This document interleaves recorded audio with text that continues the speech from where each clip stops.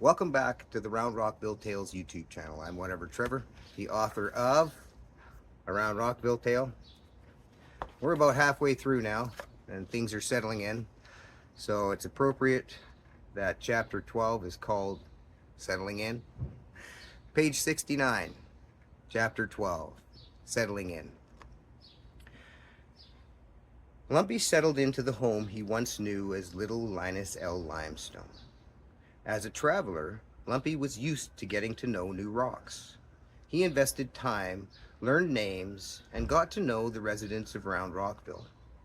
Pebbles Pebbleton was particularly enduring, and Lumpy quickly developed quite an affection for her. The questions her young mind conceived of were infinite, as was his patience to answer them. Each morning, Lumpy and Pebbles would be the first two to witness the sun's first light paint the sky. On the best mornings, the night left a few clouds to reflect pink, orange, or purple. Pebbles would skip around Lumpy, asking him endless questions. How far did you go? Well, we live on one big giant round rock called Earth, and I rolled all the way around it. How far is that? It's very, very far, like 1,000,000 times around Roundrockville. How long did that take? It took a long, long time. How many other rocks did you meet? I met more rocks than you could fit in Roundrockville. Who is the cutest, sweetest rock you ever met? Well, let me think, that's a tough one. Smiling down at Pebbles. I've met an awful lot of other rocks. Well, that would be, you, little Miss Pebbles Pebbleton. You are the sweetest, cutest, bravest rock I have ever met. Lumpy, Yes, Pebbles. I'm glad you came home. I like being your friend. Lumpy bent down, smiled with his whole face and heart. Thank you, Pebbles. It is a joy to be your friend, and I'm happy to be home. Pebbles flipped up on her edge, bounced up, and kissed Lumpy's cheeks. Giggling playfully, she skipped away. Lumpy's heart swelled with gratitude. Returning home to Roundrockville had been the greatest blessing of his life. Pebbles and most of the rocks in Roundrockville were wonderful and welcoming. This community is what he had missed. Of all the places he traveled, none felt like home. Most mornings, the round rocks of Roundrockville eased into their day, seduced by the buttery smell of biscuits. Esmeralda Emerald would wake before most to prepare freshly baked biscuits and morning tea. Having Lumpy, whom she insisted on calling Linus, as company was an absolute delight. She delighted in sharing the history of Roundrockville with a fresh set of ears. Esmeralda was ancient, but her memory was exceptional, making her a valuable repository of Roundrockville's history. Lumpy could barely get a word in edgewise, a fact that he did not complain about. Truth was, Lumpy was as delighted to hear the stories as Esmeralda was to share them. And Sir Reginald Roundbottom the First, you might remember him, decreed that we would build a fence to keep us safe. When you disappeared, he stepped up to take action. He was a good rock and a strong leader. Lumpy interrupted. I didn't really disappear. I got lost. It was my fault, and only my fault. Y'all must have been terribly worried and afraid. I'm so sorry. Steam carried the smell of Earl Grey and honey from Esmeralda's cup. She sipped her tea. Oh dear, there is nothing to be sorry for. Life has its own plans for us. She touched Lumpy's hand, nudged his tea, and placed a biscuit on his plate. Lumpy sipped the tea and nibbled the delightful biscuit, flavored with a magical mixture of butter, honey, and cinnamon. Delicious. They sat for a moment, enjoying the company and the silence. Lumpy remembered Esmeralda as a much younger rock, just as she still saw the little round rock he once was. They had both grown and changed over the past years, but Esmeralda was still strong and nurturing. Linus was still charming and mischievous. Miss Esmeralda, it is my greatest pleasure to enjoy tea with you. I look forward to tomorrow morning with joyous anticipation. Linus bowed down. His smile turned from affection to mischief. He snatched a second biscuit before Esmeralda could slap his hand away. The great biscuit heist had become a routine, and she prepared extra biscuits to play along. Turning quickly to make his escape, Lumpy came face to face with Bold. Linus, you didn't take the last biscuit again, did you? Bold puffed out his chest. He was a solid rock, and he knew it. Bold was a natural leader and demanded respect. He had been busting Linus's BBs, testing him to see if he was worthy. Roundy poked at Lumpy's belly. Aye, Lumps. Save some for the rest of us. You already got enough lumps. After the scuffle at the feast, Roundy said sorry to Lumpy, and they became fast friends. Lumpy had been working with the construction crew on the gap in the fence, or the pit, as they had come to call it. Roundy gave Lumpy the nickname Lumps. Lumpy liked it. It made him feel like part of the crew. When not looking to tussle, Roundy was easy to get along with, and he made Lumpy laugh. Lumpy returned the favor, and their laughter formed a strong bond, though their combined shenanigans and roughhousing annoyed Slate. Slate slid past. Good morning, Slate. Lumpy could feel some tension there, but would allow time to form a bond. Good diddly morning. After the feast, Roundy came clean to Slate about starting the fight. Begrudgingly, Slate also apologized to Lumpy, but Slate still carried some resentment. Remember, Bedrock teaches forgiveness and acceptance. Slate prayed silently, then pulled out a seat at their regular table. Before his butt settled into the comfortable cushion, Sapphire Sparkly rolled out. Good morning, sweetheart. The usual? Lumpy took a poke back at Roundy. I'm just rationing the supply of biscuits, so you don't get so round you roll away. He pushed Roundy's shoulder hard enough to wobble Roundy a bit. I'll see you rocks at the pit. Lumpy continued on his way. Other round rocks rolled in for their breakfast and morning cups of tea. Rockstone, Stone Rock, entered just in time to see Lumpy and Roundy roughhousing. Rockstone was not impressed. I thought Roundy had outgrown this delinquency, and surely Linus is too old for that grinding. The sheriff had dealt with Roundy on many occasions. Roundy had been pilfering apple pies and peanut butter cookies long before Lumpy tasted Emerald's honey biscuits. The last thing this town needs is a Roundy with a cohort. Rockstone took the opportunity to address the issue with Lumpy, stopping him in passing. Well, damn, Rock. First thing in the morning, Linus. The last thing I need is a rowdy Roundy. Lumpy giggled like a schoolboy. He started it. Looking up at the sheriff, whose brow furrowed, his head shaking slightly, Lumpy stood up straight and continued. You're right. He just brings it out of me. We mean no harm. I'm sure a hard day's work will work the rowdy out of him. Lumpy's smile matched his giggle. Sheriff Stonerock used his strongest authoritative tone. Well, all right then. Y'all keep it at work, and Bold can deal with you rapscallions. The patio began to fill, and discussions started. Most of the Round Rocks were preoccupied with the gap in the fence, which sparked quite a debate.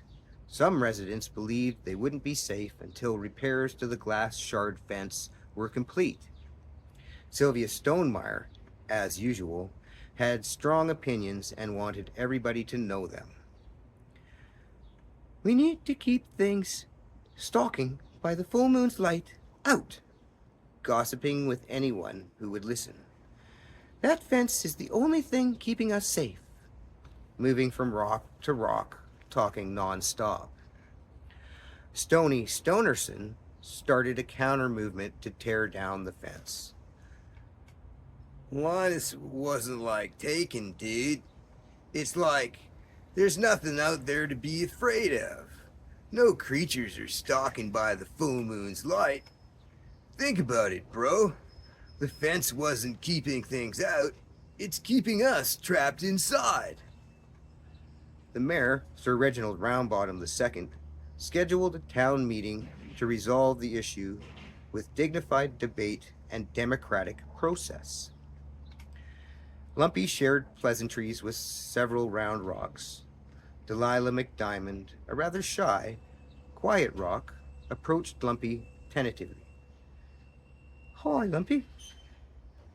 Well, hello, Delilah, my good friend. How are you this morning? I'm well, thank you. Delilah was a thoughtful, empathetic rock who didn't like conflict or confrontation. The fence is dividing us. I don't like it. What do you think we should do? Well, Delilah, please try not to worry too much. In my experience, these kind of things eventually sort themselves out. Lumpy nudged her side and gave a big smile.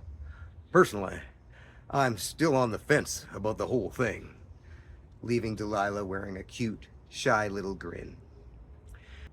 Lumpy's mouth curled edges up into a familiar smile, but his eyes seemed to disagree.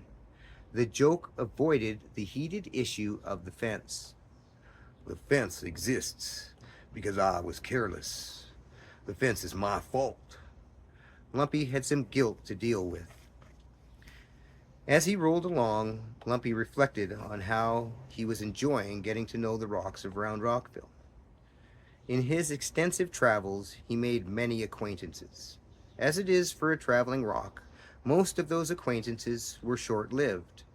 With Roundrockville in his heart, he never settled anywhere long enough to make connections like this. Before reporting to work at the pit, Lumpy enjoyed a walk through the garden along the southwest edge of the center courtyard. The garden extended back to the fence and covered a good quarter of Roundrockville, with flowers, trees, and an awe-inspiring edible garden, and farm fields that fed the residents of Roundrockville. Pathways weaved through the flora, the colors of the rainbow mixed in every conceivable combination. Bumblebees danced through the perfumed air from flower to flower. Large oak and redwood trees provided adequate shade. Pines, firs, and larches provided a spectrum of green. Lumpy was impressed. The Roundrockville garden wasn't just a garden.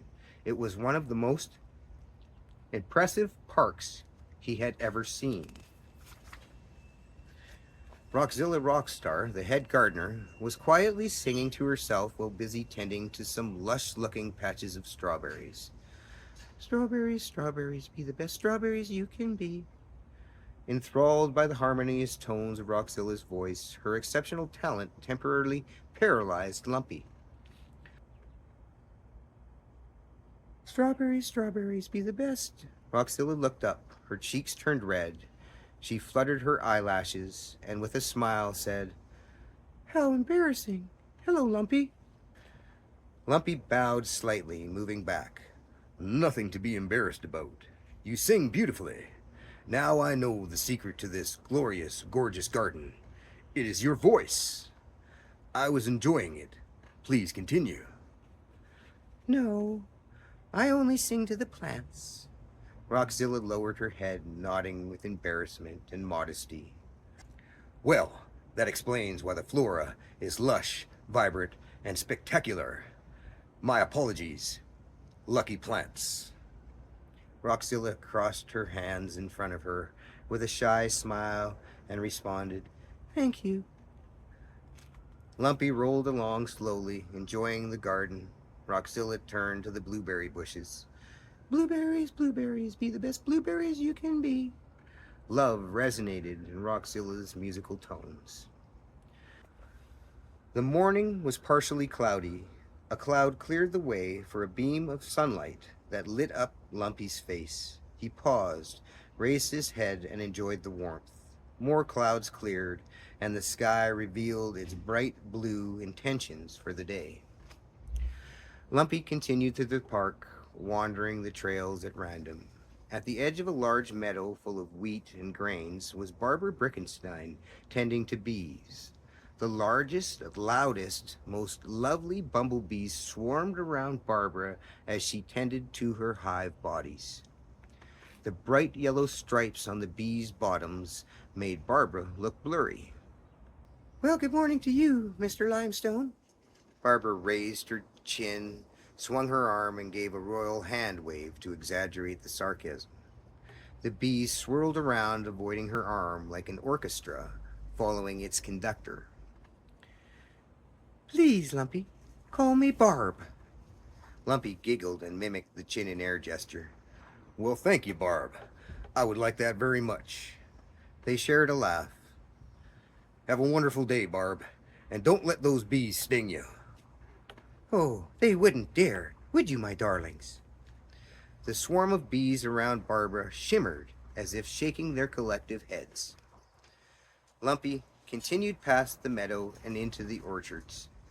In the orchard, Rocky Rockbottom trimmed the branches of a cherry tree while playing air guitar on his shovel, banging his head like the lead guitarist of a hard rock band. Rock on, dude! Lumpy yelled out. Rock and roll forever, bro! Rocky threw up the devil horns and kept jamming. The sight gave Lumpy an idea, but that would have to wait. He didn't want to be late for work. Bold was already demanding enough to work for. Walking along the fence to the pit, Lumpy experienced gratitude for the sustenance provided by Rockzilla, Rocky, and Barb. Grateful for the food the plants in the garden provided, the fruit, shade, and company the trees generously shared, the bees that pollinated the garden and orchard, plus the delicious honey the bees provide. There were multitudes to be grateful for in Roundrockville. The sunlight reflected off a sharp edge of one of the large glass shards, catching Lumpy's eye. Impressed with the craftsmanship and creativity of the glass fence, he considered its future. There's nothing out there stalking by the full moon's light. The glass shard fence is an extraordinary achievement in architectural design, but it's unnecessary for security. Lumpy walked past the glass piece and the foundation that had been removed from the hole. To move it, Lumpy introduced Slate to the pulley and lever system, something he learned from Captain Blackrock, for whom Lumpy was a deckhand on the pirate ship, the Black Diamond. At Bold's firm request, Slate worked with Lumpy to adapt the system to a bamboo scaffold. Roundy fabricated the parts from hardwood, bamboo, and hemp, and Betsy was born. The crane lever consisted of several bamboo stalks tied with hemp rope. A heavy hemp rope ran from a spindle and crank through a double pulley along the lever, allowing them to lift heavy objects easily.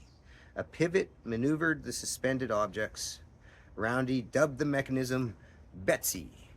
Once complete, Slate had to admit it was ingenious and practical. Betsy easily relocated the fence piece. Bold, Roundy, and Slate were staring down into the empty pit. Lumpy joined them. Is it just me? Or did the pit get bigger again? The two glass fence panels on either side of the gap were at risk of collapse.